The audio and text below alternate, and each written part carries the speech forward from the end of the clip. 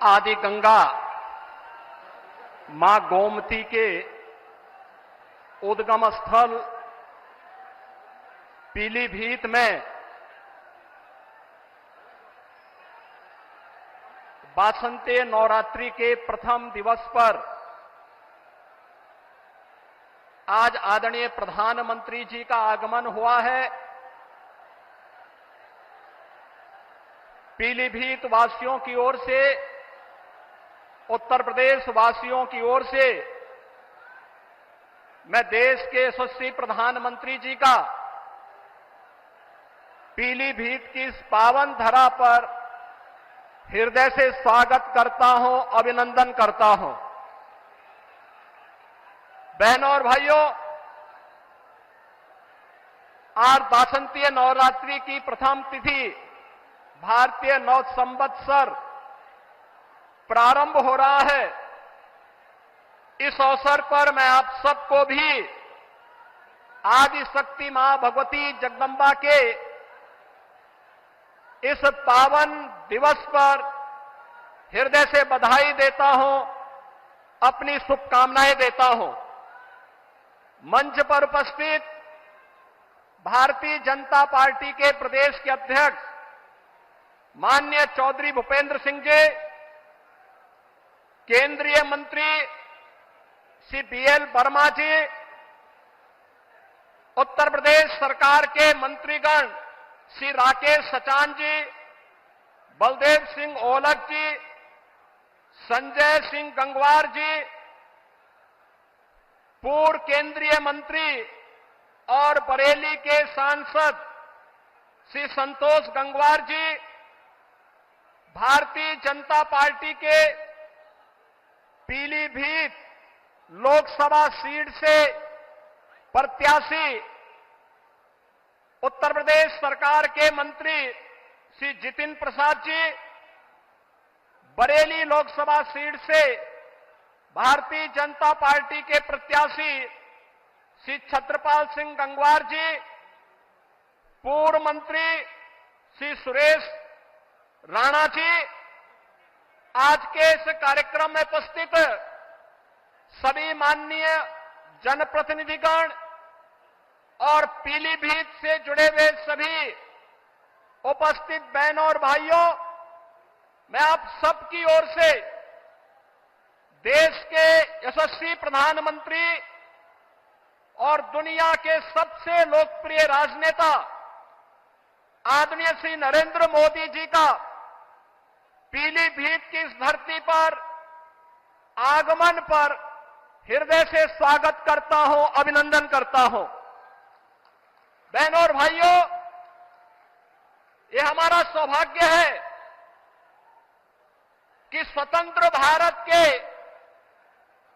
स्वर्ण युग के रूप में जाने जा रहा भारत आज आदरणीय मोदी जी के नेतृत्व में एक ग्लोबल पावर बनने की ओर अग्रसर है।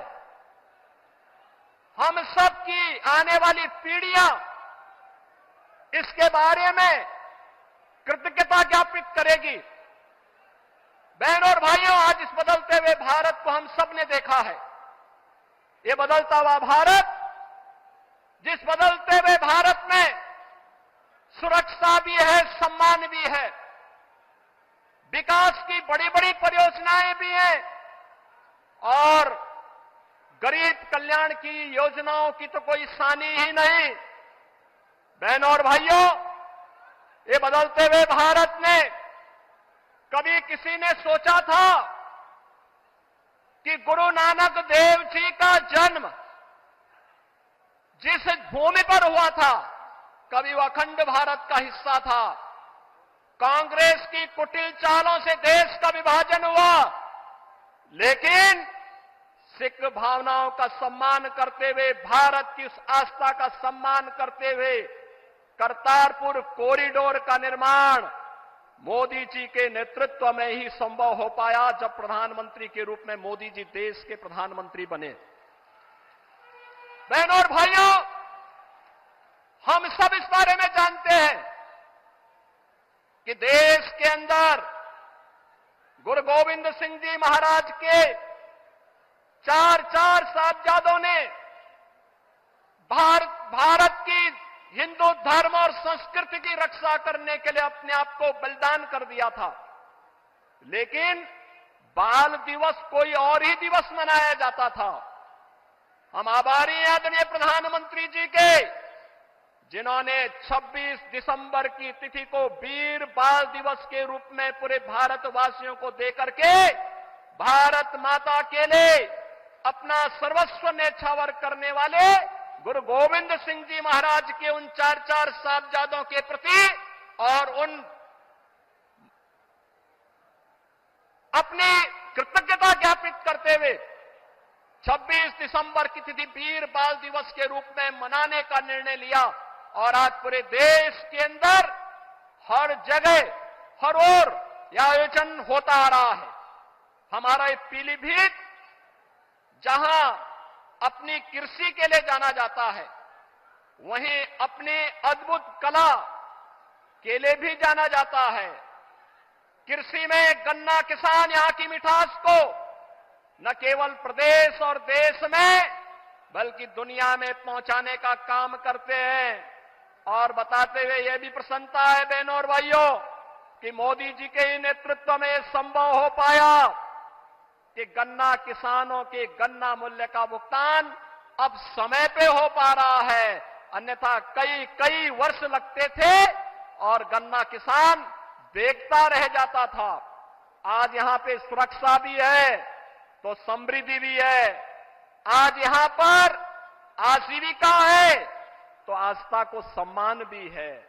कोई सोचता था अयोध्या में रामलला का भव्य मंदिर का निर्माण हो पाएगा?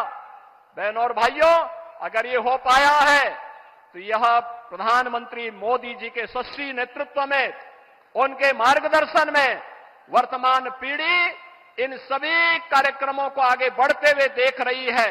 आज के इस अवसर पर जब भारतीय जनता पार्टी के प्रत्याशियों के लिए विकसित भारत की संकल्पना को साकार करने के लिए मोदी जी आपके बीच में आए हैं, 10 वर्ष में बदलते हुए भारत में जो कुछ भी हमने देखा है, बहनों और भाइयों, ये आपके एक वोट की कीमत ने किया है।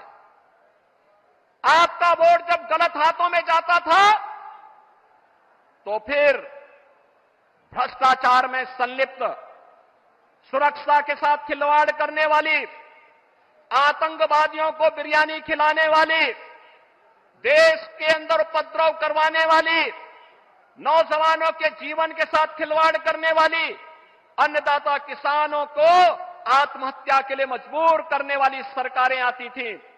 लेकिन 2014 में, 2019 में देश के मतदाताओं ने अपने वोट की कीमत को समझा, मोदी जी के नेतृत्व पर विश्वास किया और बहनों और भाइयों, आज बदलते हुए नए भारत को आप देख रहे हैं, जो आज एक पिछलग्गू राष्ट्र नहीं, दुनिया की एक वर्ल्ड पावर बन रहा है, ग्लोबल पावर बन रहा है। विकसित भारत की संकल्पना को साकार करने के लिए भारतीय जनता पार्टी ने पीलीभीत में जितिन प्रसाद जी को अपना प्रत्याशी बना करके उतारा है और बरेली में श्री छत्रपाल सिंह गंगवार जी को अपना प्रत्याशी बना करके उतारा है। इन सभी प्रत्याशियों के लिए आदरणीय प्रधानमंत्री जी का मार्गदर्शन हम सबको प्राप्त हो रहा है। आज के इस अवसर पर जो भारत की आवाज है, उस आवाज के साथ हम सब जुड़ करके कि फिर एक बार पूरे देश की आवाज क्या है, फिर एक बार, फिर एक बार, फिर एक बार, अब की बार, अब की बार, इस संकल्प के साथ जुड़ करके, लेकिन इस संकल्प की पूर्ति होगी बहनों और भाइयों जब आप चुनाव के दिन पहले 3 घंटे में मतदान करने की दिशा से अपने आप भी और अपने साथ के मतदाताओं को लेकर के जाएंगे। इस कार्य को करेंगे, सभी लोग करेंगे, सभी लोग सहमत हैं। तो फिर मैं इन्हीं शब्दों के साथ आदरणीय प्रधानमंत्री जी का हृदय से स्वागत करता हूं, अभिनंदन करता हूं। धन्यवाद। जय हिंद।